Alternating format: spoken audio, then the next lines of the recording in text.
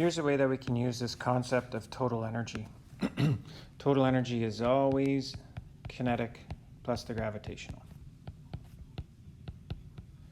Kinetic is always positive, and it's 1/2 mv squared.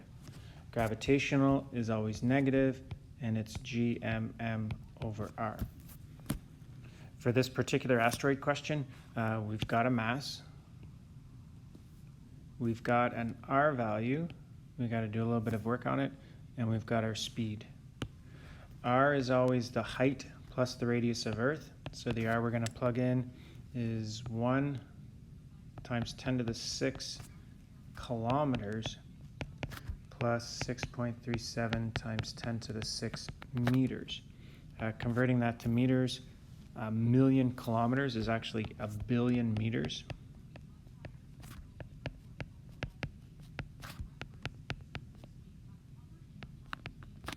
Adding those two together, practice it on your calculator, or if you want to think about the decimal places, we've got 1 million and we're adding 1 billion and we're adding 6 million onto it. So we're going to get 0, 0, and then the 6. 0.00637 times 10 to the 9 meters. The contribution of the radius of the Earth, if I drew this one to scale, it's so far from the surface of Earth that the radius of the Earth doesn't even really factor in. But for completeness, we can carry those decimals around.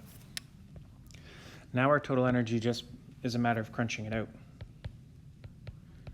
The mass of our asteroid was 100,000, so 1/2 of 100,000. The speed of our asteroid was 900 meters per second. We're going to have to square that. And then the contribution of gravity is negative 6.67 times 10 to the negative 11. The mass of Earth, 597 times 10 to the 24.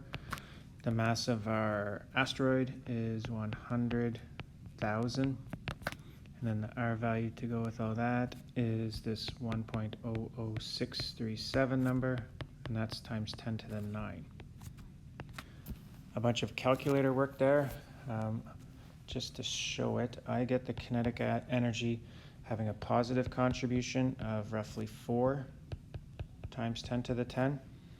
Gravity's got a negative contribution, and when I cranked it out, I got just under 4 times 10 to the 10.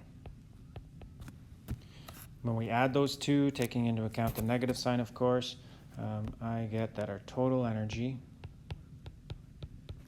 is positive roughly 9.3 times 10 to the 8 joules. The value of that, it's a big number, but more importantly, the fact that it's positive, that means it's not trapped. It's got enough kinetic energy to pull it out of the well and keep going forever.